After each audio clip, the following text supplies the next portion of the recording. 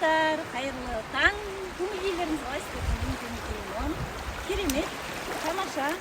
27 тамыз Конфуцийдан оязы. Біреуден кек алам десеңіз, онда өзіңе де, оған да орғаза бол.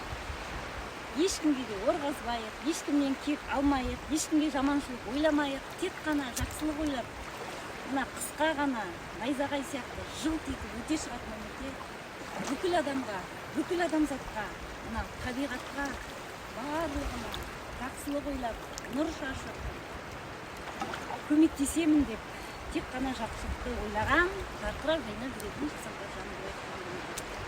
Ой мен эмоцияны басқарған Жасампаз жаным. Бүгінгі күніңізге сәттілік тілеймін.